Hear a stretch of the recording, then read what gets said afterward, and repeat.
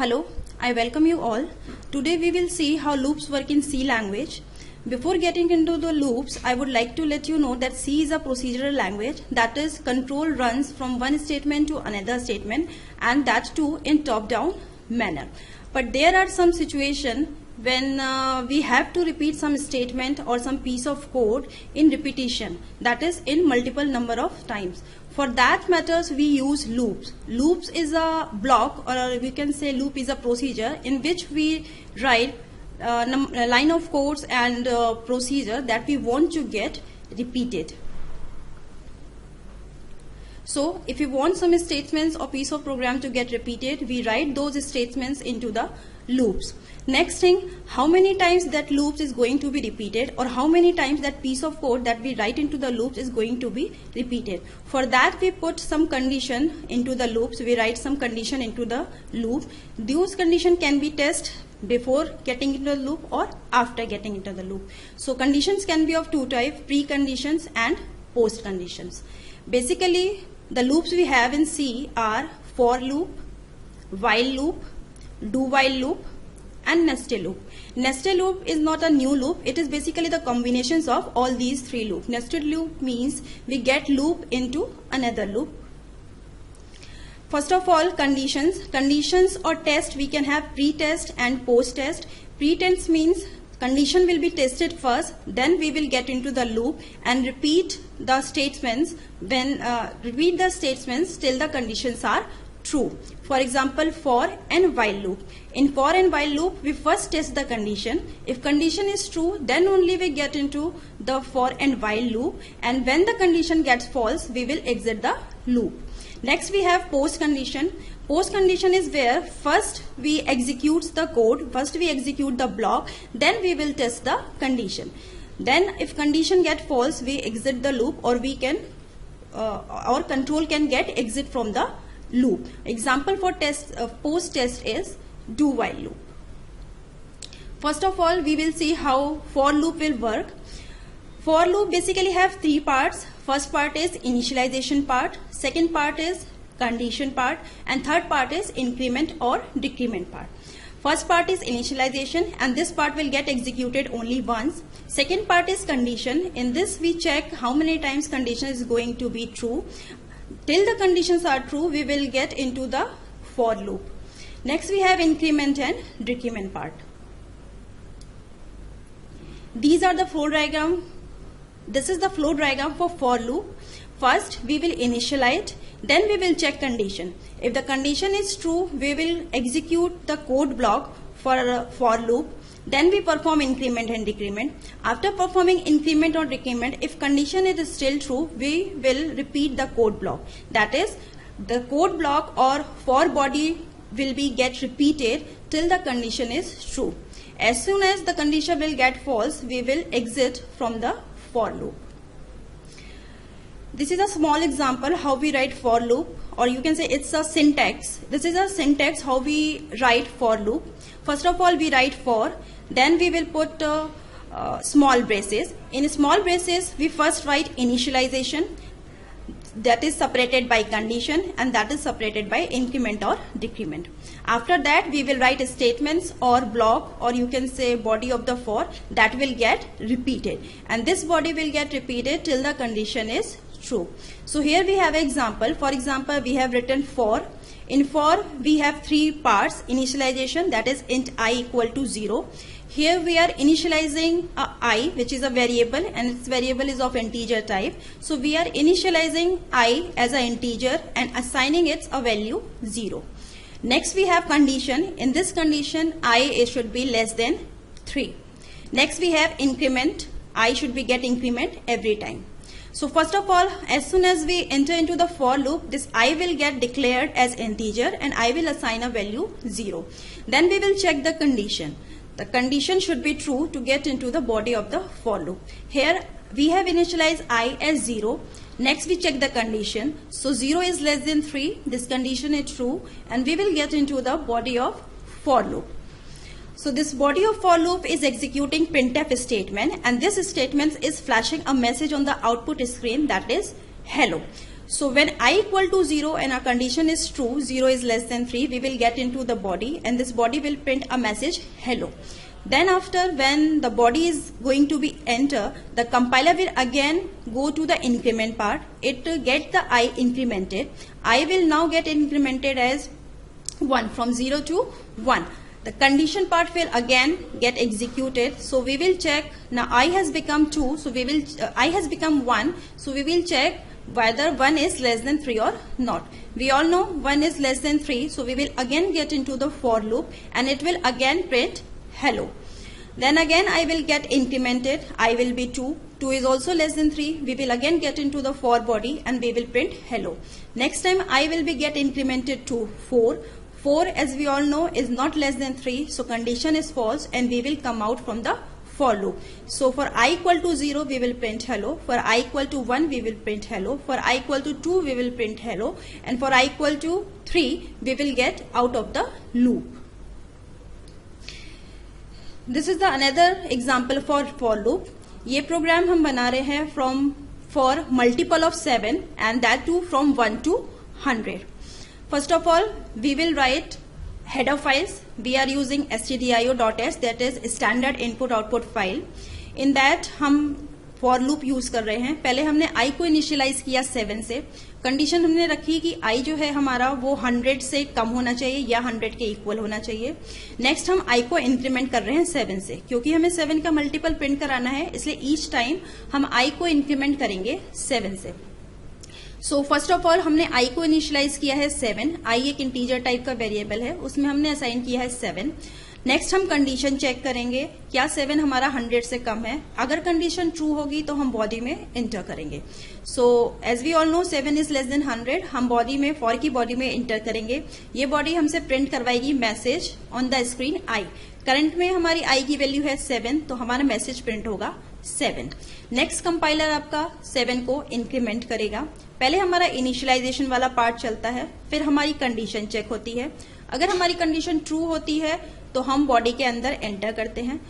उसके बाद हम इंक्रीमेंट एंड डिक्रीमेंट वाले पार्ट में जाते हैं. हम फिर से कंडीशन चेक करते हैं. अगर कंडीशन ट्रू अभी भी है तो हम अगेन लूप में एंटर करेंगे. अगर हमारी कंडीशन फॉल्स होती है तो हम लूप से बाहर चले जाएंगे. तो जब हमने i इक्वल टू 7 प्रिंट किया, 7 वाली कंडीशन हमारी ट्रू है क्योंकि 7 हमारा 100 से लेसर है, तो हम फॉर की बॉडी में एंटर करेंगे और हम 7 को प्रिंट करेंगे. नेक्स्ट क्या होगा, नेक्स्ट हमारा i 7 से इंक्रीज हो जाएगा. करंटली हमारा i 7 है, i हमारा 7 से इंक्रीज हो जाएगा. 7 प्लस 7 दैट विल बिकम 14. अब i की वैल्यू है हमारे पास 14.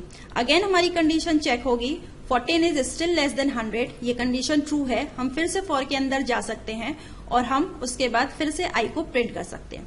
फिर हमारा i प्रिंट होगा 14.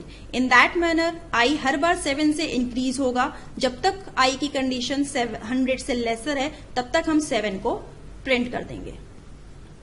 Next loop we have while loop.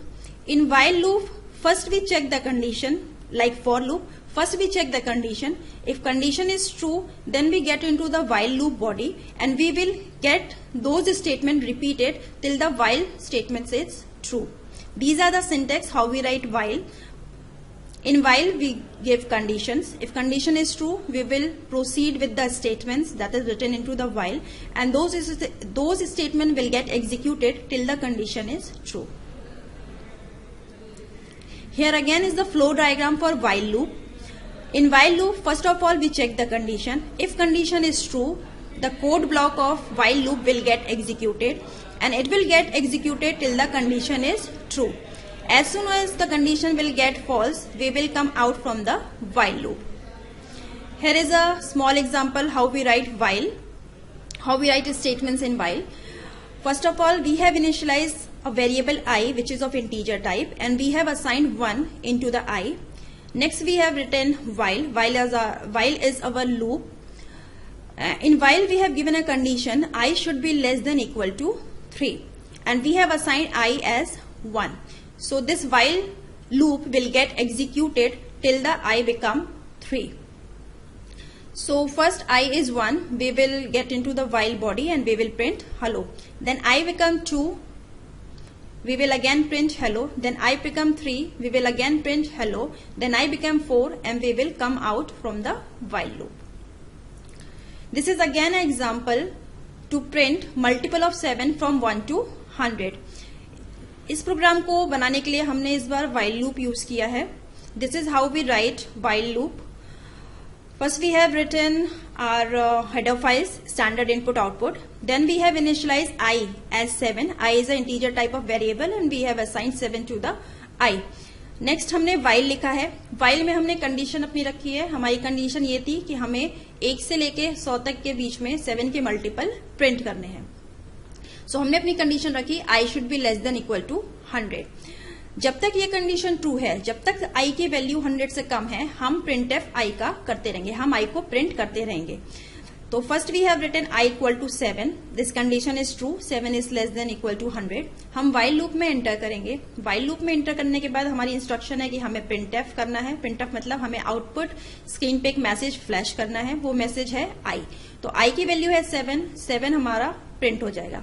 Next हमने क्या किया है, I को 7 से इंक्रीज किया है. I को 7 से इंक्रीज करने के बाद हम अगेन अपने while लूप में जाएंगे और फिर से कंडीशन चेक करेंगे. अगर ये कंडीशन ट्रू है तो हमारा while लूप फिर से चलेगा. अगर हमारी कंडीशन फॉल्स है तो हम while से बाहर आ जाएंगे. सो पहले हमारा I 7 था, हमने 7 प्रिंट किया. फिर हमने 7 को 7 से इंक्रीज किया. नाउ हमारा I जो है वो 14 हो चुका है. हम कंडीशन चेक करेंगे while की. 14 is still less than 100. Condition हमारी ट्रू है. हम फिर से while के अंदर एंट्री लेंगे और फिर से I को प्रिंट करेंगे. इस समय I 14 हो चुका है तो वो 14 प्रिंट करेगा. हम I को फिर 7 से इंक्रीज करेंगे, फिर कंडीशन चेक करेंगे और जब तक कंडीशन हमारी ट्रू हो रही है हम उस I की वैल्यू को प्रिंट करते रहेंगे. नेक्स्ट हमारे पास है do while loop. Do while loop में पहले हम डू एग्जीक्यूट कराते हैं. डू का मतलब हम कुछ स्टेटमेंट्स एग्जीक्यूट कराते हैं. देन हमारे पास वाइल आता है. इस वाइल में फिर कंडीशंस होती है. हम वो कंडीशन चेक करते हैं. जब तक ये कंडीशन ट्रू रहती है हम डू वाले पार्ट को रिपीट करते रहते हैं. This is the flow diagram of do while loop. पहले हमारा डू का कोड ब्लॉक एग्जीक्यूट होता है. देन हम कंडीशन चेक करते हैं. इफ कंडीशन इज ट्रू हम डू का कोड ब्लॉक अगेन रिपीट करते हैं. इफ कंडीशन इज फॉल्स हम लूप से बाहर आ जाते हैं. It is another small example of how do while executes. First of all, we have initialized I as a 1. Then we have written to print hello in do portion. So our I is 1. We will get into the do parts. This do part is telling us to print hello on the output screen. After that, we will come into the while. Here in while, we are checking the condition. That is, I should be less than 3. If I is less than 3, we will if I is less than 3 till this condition is true, we will get into the true part. If I will become greater than 3, then this condition will get false and we will come out from the do loop. So I equal to 1, we will print hello. For I equal to 2, we will print hello. For I equal to 3, we will print hello. Then we will come out from the loop.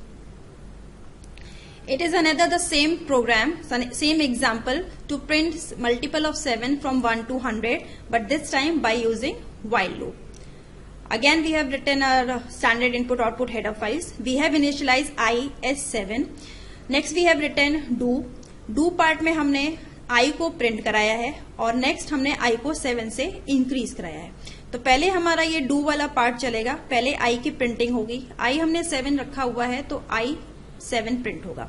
Next हमारे while loop चलेगा. While में condition check हो रही है. जब तक ये condition true होगी हम डू वाले पार्ट को रिपीट करते रहेंगे. जैसे ही ये कंडीशन फॉल्स होगी हम वाइल लूप से बाहर आ जाएंगे. So first of all we have written I as 7. We will get into the do part. Do part जो है वो 7 को प्रिंट कराएगा. आई को 7 से इंक्रीज करेगा. Now your I have become 14. अब हम वाइल में आएंगे और कंडीशन चेक करेंगे क्या 14 अभी भी 100 से लेस है. As we all know 14 is lesser than 100. Do वाले पार्ट को हम फिर से रिपीट करेंगे. डू वाला पार्ट प्रिंट कर रहा है आई को. आई हमारा 14 हो चुका है तो इस टाइम 14 प्रिंट होगा. आई फिर से 7 से इंक्रीज होगा और आई विल बिकम नाउ 21. हम फिर से कंडीशन चेक करेंगे और फिर से डू पार्ट को रिपीट करेंगे. जब तक हमारी कंडीशन ट्रू है, मतलब जब तक आई की वैल्यू 100 से कम है, हम डू वाले पार्ट को रिपीट करते रहेंगे. As soon as I will get greater than 100, we will exit the loop. Next we have nested loop. Nested loop is a combination of all those loops that we have discussed earlier. Nested loop means a loop into another loop. These are the syntax how we write nested loop. In here, first of all, we have write a for loop, and we again written a for loop into that for loop. So here we have two for loop. One is outer for loop and one is inner for loop. So inner for loop will get executed first or get terminated. Outer for loop will get executed first, but inner for loop will get terminated first.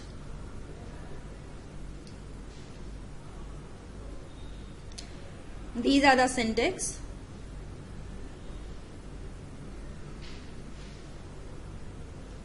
Now this is a program for explaining how nested loop works.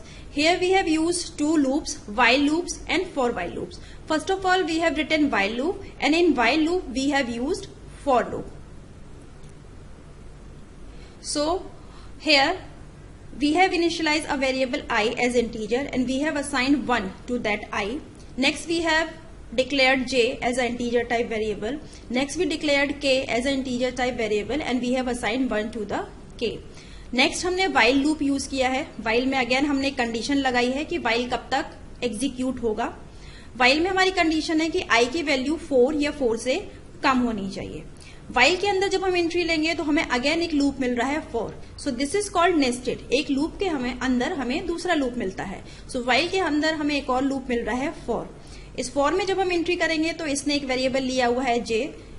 For का syntax as we all know कि पहले हमारे पास initialisation होता है, then हमारे पास condition होती है, उसके बाद हमारे पास इंक्रीमेंट या डिक्रीमेंट होता है. तो पहले हमने वाइल में एंट्री ली, वाइल से होते हुए हमने फॉर में एंट्री ली. फॉर में जे एक वेरिएबल है जो 1 किया गया है. जे की वैल्यू आई से लेस होनी चाहिए. इनिशियल में हमने आई को किया हुआ है 1, जे भी है हमारा 1. हमारी कंडीशन है कि जे की वैल्यू आई से लेसर या आई के इक्वल होनी चाहिए. तो हेयर जे और I both are equal. So this condition is true and we will get into the for loop.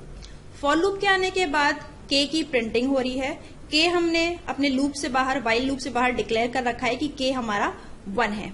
यहाँ के साथ पोस्ट इंक्रीमेंट हो रहा है, मतलब पहले के की वैल्यू प्रिंट होगी, उसके बाद के इंक्रीज होगा. तो जैसे ही हम फॉर लूप के अंदर घुसेंगे हमें के को प्रिंट करना है. के की वैल्यू है 1 तो 1 प्रिंट होगा.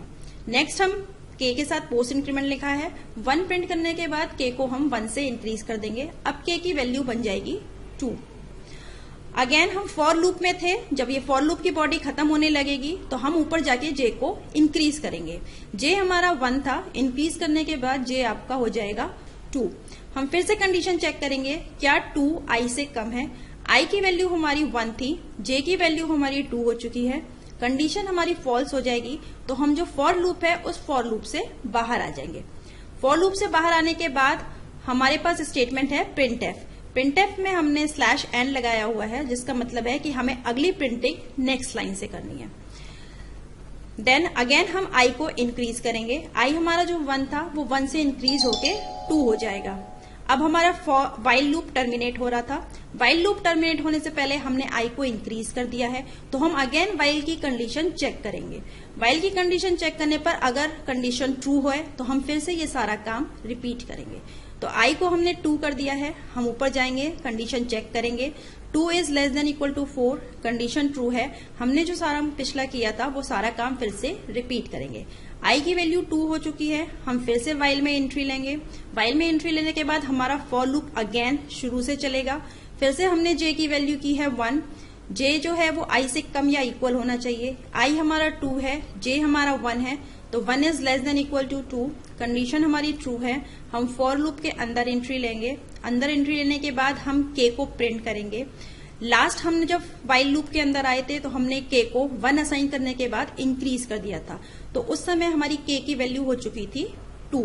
तो इस समय जब हम जे इक्वल टू 1 और आई इक्वल टू 2 लेके अंदर एंट्री करेंगे तो हम अब के की वैल्यू प्रिंट करेंगे 2. क्योंकि ये पोस्ट इंक्रीमेंट है, के की वैल्यू 2 प्रिंट होने के बाद के की वैल्यू अगेन 1 से इंक्रीज हो जाएगी और नाउ हमारा के विल इंक्रीज एज 3.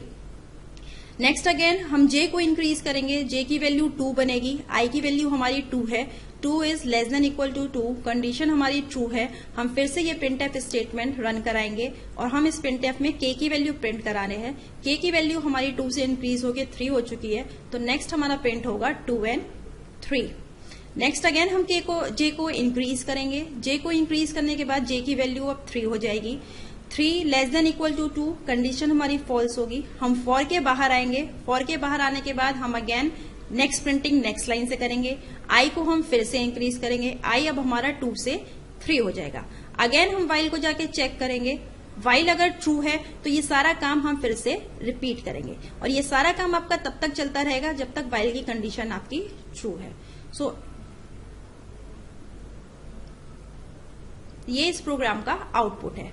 जब फॉर की वैल्यू 1 थी हमारा सिर्फ 1 प्रिंट होगा, जब फॉर की वैल्यू 2 हुई थी तो 2 3 प्रिंट हुआ था, जब फॉर की वैल्यू 3 हुई थी तो 4 5 6 प्रिंट हुआ, और जब फॉर की वैल्यू 4 थी तो 7 8 9 10 प्रिंट हुआ था। So this is the printing of nested loop.